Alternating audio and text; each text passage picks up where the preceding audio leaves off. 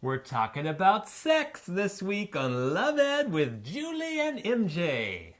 We're discussing a viral post that was written by Anthony D'Ambrosio, I hope I'm saying that right, that listed the 5 reasons why marriage doesn't work today. And he listed the number 1 reason as being the sex becomes almost non-existent. So sad and yet so true for many marriages. Specifically, he says, I don't know about you, but I'm an extremely sexual person. Not only do I believe it's an important part of a relationship, I believe it's the most important. What do you say to that, Jules?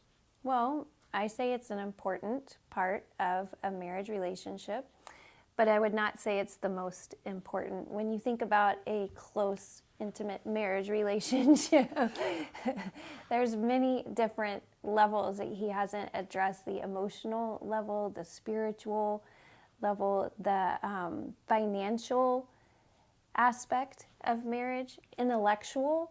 These are all important too. He talks in his article saying that sex connects us. Yes, it does. And that there's a reason why it's called making love, which once again, I agree with, but that doesn't connect us on all levels of our being. And so I believe he answers his own question of why he lost interest in the sexual aspect of his relationship later in that same paragraph. He says, your lover should really be attracted to your heart. So, I mean, he's giving his own answer right there. Maybe if you felt that connection beyond a physical level, you would realize a sexual attraction you've never felt before. So it seems to me like he put too much emphasis on the sex. And yet in his writing, it looks like he's stumbling upon what I want to share with you now, which is that the sexual aspect of your marriage, your sex life, will actually be more of a reflection of the health of your marriage than it will be determining the health of your marriage. Sexual trouble will almost always indicate other trouble in the relationship. Yes, sometimes, rare instances, there's a physical problem with one person or the other or both that prohibits that good sexual relationship.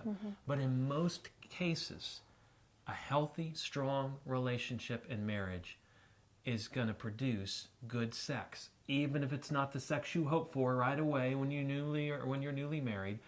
Because the relationship stays strong, if the relationship stays strong, you figure it out and the sex gets better. But you can't fake that. You can't try to make the relationship good.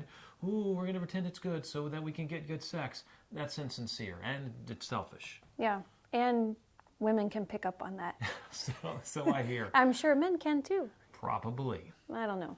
We're a little denser. We're slower. But if a husband is loving his wife sacrificially, thinking of her first in the way that he encourages her, serves her, works for her, protects her, then that's what's going to make a relationship intimate and strong.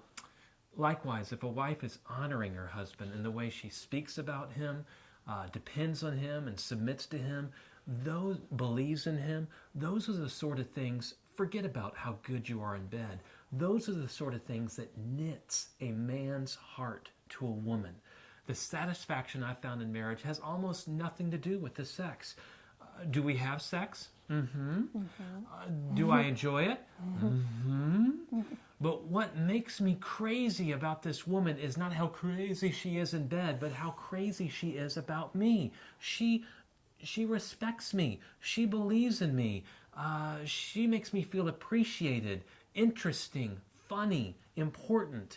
Sometimes she submits to my decisions that she's not crazy about, but she goes to this imaginary friend of hers that we both call God, and she prays to him knowing that he can turn my heart so she doesn't have to manipulate and nag me. And how do I want to respond to that sort of woman, that sort of relationship? I want to honor her right back. I want to seek her input. And in fact, I do seek her input far more than I did in the earlier part of a relationship when I knew everything. I want to bless her. I want to spend time with her, not just in bed. I want to brag about her with family, friends, our kids, with you. Thanks, honey. You're welcome. So can you see how little sex really has to do about your marriage relationship? You know, if you think sex is the most important part of your marriage relationship, please hear me. your marriage will not work. That is what Anthony found out. He wasn't married 3 years. It will be what you find out too. It's what we don't want you to find out.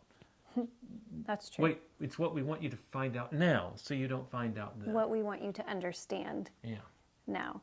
And didn't Mr. Anthony D'Ambrosio, he disproved his own point because he said that the physical aspect, sexual, was the most important part of the relationship. So I'm assuming that his wife or his ex-wife that he married, their sex life was great while he married her, and yet the relationship did not last. Yeah. Can I get real for a minute here? Do they have a choice? Well, yeah. Click. And we're off to another Okay. YouTube video. That's true. If you only want the sex, don't get married. And there's a link to a post where I write all about that below. It's actually not even on our blog. It's in another blog, but check it out. Okay. Mr. D'Ambrosio does not just blame sex for why marriages don't work today. He also blames money. And we'll talk about money next week on Love Ed with Julie and MJ. Hey, that was like a jingle.